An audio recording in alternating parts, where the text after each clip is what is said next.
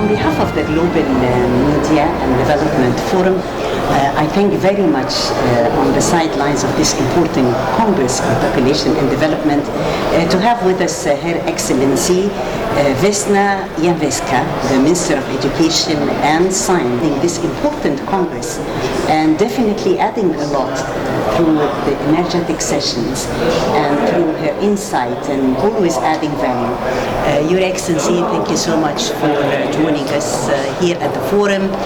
We're really honored to have you. And tell me more about this important Congress and your participation. How do you view the importance of education as a power that binds people globally? Thank you for the invitation.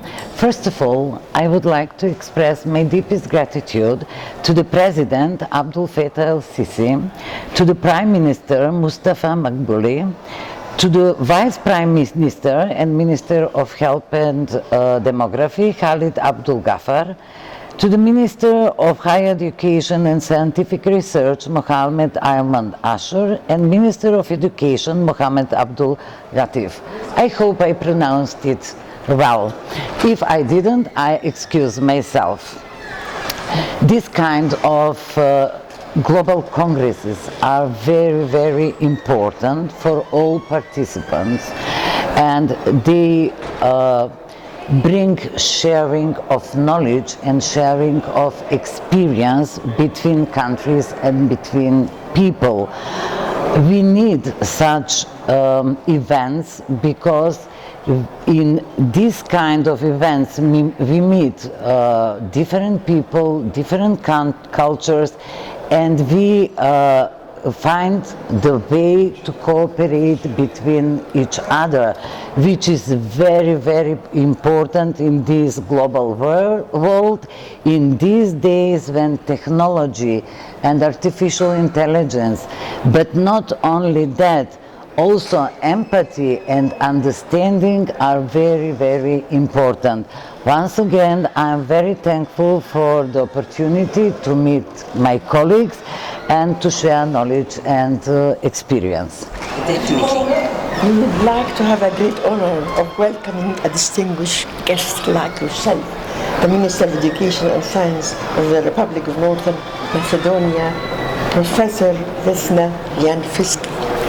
Thank you. Her Excellency is actually a model for women empowerment in North Macedonia, and she's working very hard in her country. She's really iconic, and let me say that we are welcoming her in Egypt in order to open new ventures of cooperation. Let me ask you, Ms. concerning cooperation between Egypt and North Macedonia in the field of education. We know that education and knowledge is definitely power. So how are we empowering both countries in the field of education hand in hand? Thank you. Yes, I am a medical doctor, and I have worked for 40 years at, in the medicine, and I am full professor of pathology at the Faculty of Medicine in Skopje, and now I am a Minister of Education and Science because I have an experience in higher education. In this very changing full world, the education is the best pillar for all of us because we need to know much more than we used to know to get some inventions and to get better economy and better life for the people. The knowledge is everything what we have to need, because everything else can be captured from us. But what the young students have in their minds, and that is the knowledge and the skills and the competence they get through the lives, is something that nobody can take from them. So the knowledge makes them successful in their own life, but also they are useful for the society and for other people in their surrounding. So very skilled students, students prepared for the modern market of labor they better the economy of the country, and bettering the economy of the country make the country progressive. There are many fields for collaboration between Macedonia and Egypt because we are good in technology, in technical fields, we are good in medicine. Of course, there is agriculture and culture. You have ancient culture and we also have ancient culture, so there are fields for collaboration. And we have the cultural ambassador, which is Jim. Yes, it's true, and I have opportunity to see it. So that's great. That's great. That's great. Lots of memories, Your Excellency. Yes, of course. Yes, of course. And so I hope that we will deepen our collaboration, but because, as you know, I suppose we had during the time some kind of collaboration, but now is the time to deepen it and to start working on our collaboration immediately in details. Today I had the opportunity to meet the Minister, His Excellency, the Minister of Higher Education and Scientific Research. We have a wonderful meeting. We agreed to deepen our collaboration, to make small team from both countries and to start working to bettering life and to bettering the science and innovation in the both countries. This leads me to ask you a very important question concerning artificial intelligence and digital transformation are reshaping education globally. How is North Macedonia preparing its students for the future? Of course, we all have to prepare our students for the future, and the technology is one of the main tools of the future. So, as I have already said, we introduce artificial intelligence in primary, secondary school, higher education, and we have... Starting from primary? From primary, yes. It is helpful for the students, for the teachers, for the administration. We are not afraid from artificial intelligence. We think that it can help society a lot. What else we do? We use platforms and digital tools for the students and for the teachers. Of course, gaming is modern, learning on distance is very modern from all over the world, also in Macedonia. And we try to involve more and more of these tools in the everyday life. As I saw, it's similar in Egypt and in many other countries, and we can't stay isolated from other countries. We have to collaborate and to prepare our students and our workforce for the global market. That's great. Because it is very important for the person and for the whole society. Yes, definitely. And from your words, Excellency, you've said that AI's role is very important, artificial intelligence, but at the same time, we are not going to leave everyone behind. I mean, it's through a sense of collaboration. We need also the flesh and blood. This doesn't mean that we're going to sit at home. Because of course, as we look at many jobs, you know, sometimes they say that they're threatened because of AI, but let me say that we need to work in partnership with the machine. Of course, it's just a partnership. We should not be afraid that machine can change people. People will always be here to push the button of the machine, and they can't work if somebody don't push the button. So we just use it as a tool. It is.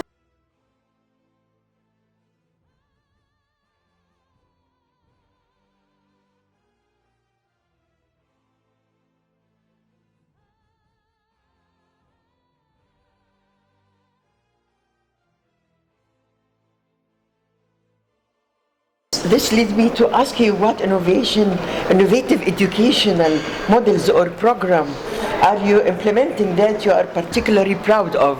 Yes, thank you. As I've already said, we use educational platforms like Teams, like Google Scholars, like Canvas for our students.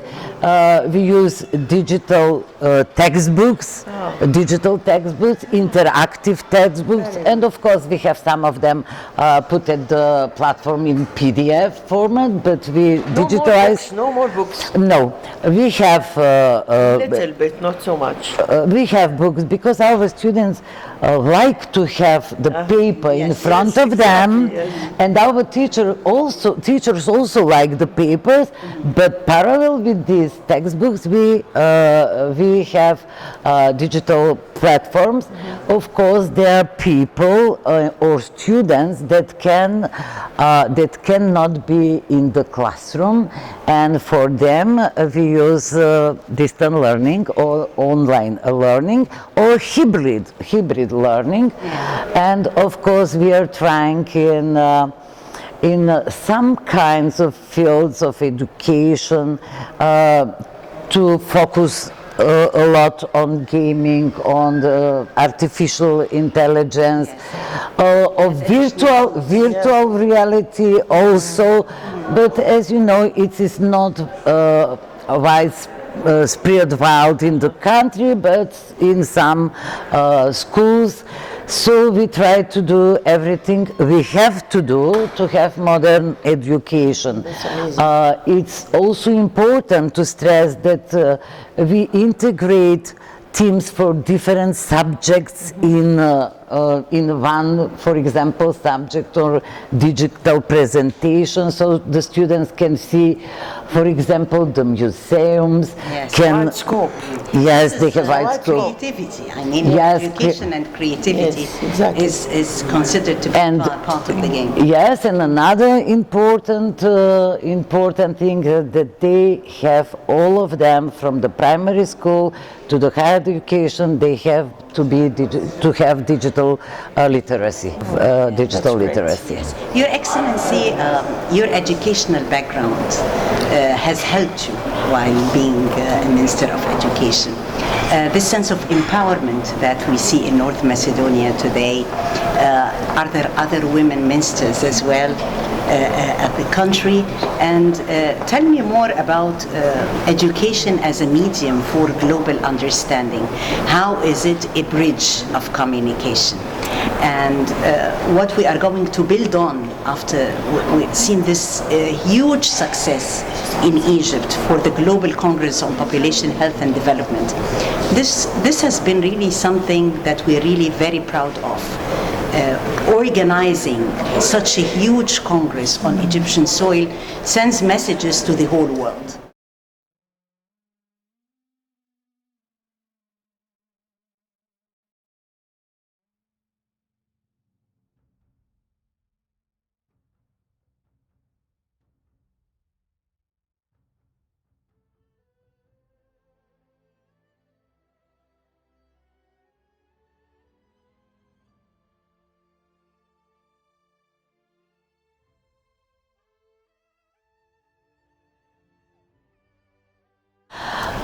For the beginning, our president, Gordana Siljanovska-Davkova, is a woman, and she is also a professor from higher education. Women. Then, our Minister for Financial is a woman, and our Minister for, help me, Energy is also a woman. So we have 5 women in the government, and we all are doing a good job. Well, we work very hard. The people will tell if we are doing a good job. It was a little joke, but we try to do the best we can. This conference, this huge conference is very important because, as I have already said, this is an opportunity to meet colleagues from other countries, to talk with them, to know them, to understand the differences, to create empathy between each others, and of course to get some knowledge, which is also important because we are talking about education. Yes, and knowledge is everything, is education. So I congratulate Egypt for this big event, and I hope you now have an experience to prepare another one that will be very useful. This led me to ask you about climate change and sustainability are critical issues. How is your ministry integrating environmental education to the curriculum? We changed our curricula. We have a few changes in the primary and secondary school in the last few years, maybe 2 decades, but I can say they were not fully successful. So we are continuing to modernize our curricula in the primary and secondary school, have of course students program in the higher education, because the demand from the world is changed and we need to change them. The care about the environment and about the environmental changes must be at high level, and in every subject where we can. Should be there. Yes. So the teachers are educated to teach the students in different level how to take care about the nature, to be close to the nature, to do something for the nature, and of course to create a sustainable green transition of the whole country and to create sustainable economy for the country. Yes, definitely. This is what it's all about when we have huge congresses here in Egypt. It is always the one-to-one rapport that is very important, exchanging expertise, also adding to our knowledge and our experiences in the field. Excellency, the young people are always our sense of attraction, center of attention. His Excellency, President Abdel Fattah Sisi, pays special emphasis on the Egyptian youth, investing in the youth. We do have here a special forum for the youth and investing in their capabilities, which is the Youth Forum in Egypt. Do you have similar forums back in North Macedonia, investing in the young and brainstorming their ideas? We also have here a knowledge bank, which is a great idea for and a platform for the young to say their ideas and to express themselves and to have a say in their future. Yes. Please let me tell that if I can afford myself to comment the action of the President El-Sisi, I would say that in my opinion it is the best what he can do for his country. It's my personal opinion. The youth is our future. We get older and older and we can be their consultant, but the future belongs to the youth. So the strong youth, the skilled youth, the youth with competence, the youth with knowledge is going to change the world, because we live in a world with many differences, distractions and other issues that should be solved in some way, and the young people are those who are going to do that.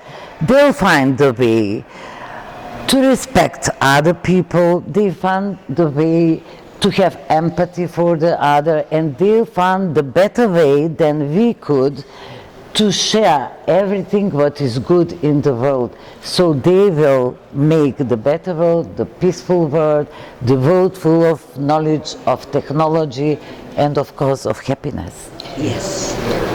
I would like to ask you about, beyond the conference, what cultural or historical sites in Egypt are hoping to visit, or you have already visited? Well, I visited the great museum. Yes. And tell us your impressions, Mr. Afshan. Maybe because it's the latest achievement and the name itself is symbolic. It's a gem, and it's Egypt's gem to the world. Yes. An idealized image that affirms the power and the greatness of kings. مجرد دور للعبادة، بل كانت مؤسسات ثقافية واجتماعية, and that eternity was earned through virtue, knowledge. I'm astonished what I have seen. As a very young girl, it was my dream to see the pyramids, and when I saw that figure of Ramses II, I felt so small, and I felt his greatness and everything he has done. So I've seen this museum, and of course I was at the plateau of the pyramids, but in the next free time, if I have only a few hours, I think that tomorrow maybe it will happen. I'll go to touch the stones of the pyramids and to feel that energy that's come from these, these monuments. What else we saw? Me and my team. I have a perfect team. I would really want to stress, because to be a good minister, you have to have a perfect team around you. We saw the Nile. We had a coffee there. Of course, our ambassador helped us to see everything, and she organized our meetings and our presence here. So I'm again, I'll say I'm astonished from the beauty I've seen in your country. Oh, thank you so much. يقود جيشه لحماية شعبه وأرضه. 6 royal chariots were discovered, protector and symbol of the warrior king. It is accompanied by the solar disk. This leads me to ask you about what has been your most challenging moment as Minister of Education, and how did you overcome such a kind of challenge? My country is a small country and is a developing country, but it has great history and great energy for progress. We can't compare Egypt and Macedonia, because you are a great country with a lot of opportunity. My country is small country. But it's going forward. It is. Yes, but the intention is, yes, we are doing well now. But the intention is to say that we have many challenges. For example, changing of these curriculums in curricula in the digitality is difficult process and expensive process for us, but we are going forward. Also, we have many universities and high schools, but I'm not satisfied from the quality of education they give to the students. So we are doing changes now, for example, changing laws for high education, for quality in education, for science and research. So as a minister, I have a lot of work, but I don't complain. I love and like my work, and I go forward to get some success. A little bit, but step by step, I hope we'll do everything good. What you're doing. Yes, Thank you. Her Excellency is doing an amazing job at the Global Forum for Media and Development. Such a forum is extended to meet intellectuals and top-notch personalities, ministers and stars around the globe. So there is always this sense of bridge of communication and bridge of cultures. Education, Excellency, is considered to be a core, and it is the magic key through which we can open many doors and knock many doors. Through the forum, we're really happy and honored that you are with us at this edition. If you would extend a message to the young, or maybe to the viewers globally, what would you tell them? To the young people, I would tell that they have to learn a lot. And the learning is not a difficult job. Maybe the easiest from this one who understand the knowledge and the experience. And again, I would like to tell them that they are the future of the countries, of their national countries and the world, and that they have to build the bridges among the nations and countries to make the knowledge acceptable for the whole world, and that they are the workforce for the whole world. They have to be aware of their obligation, that they have to change something to make better for everyone. This better is their better life, but the better life for all around them. Yes. This leads me to ask you about what gives you hope about the future of education in North Macedonia and globally. I think that the future for all of us is good. Macedonia is going forward, very rapid, very fast, with difficulties, but we manage them somehow. As I have seen these days, Egypt is doing the same. You are building cities, highways, everything you need, your people need.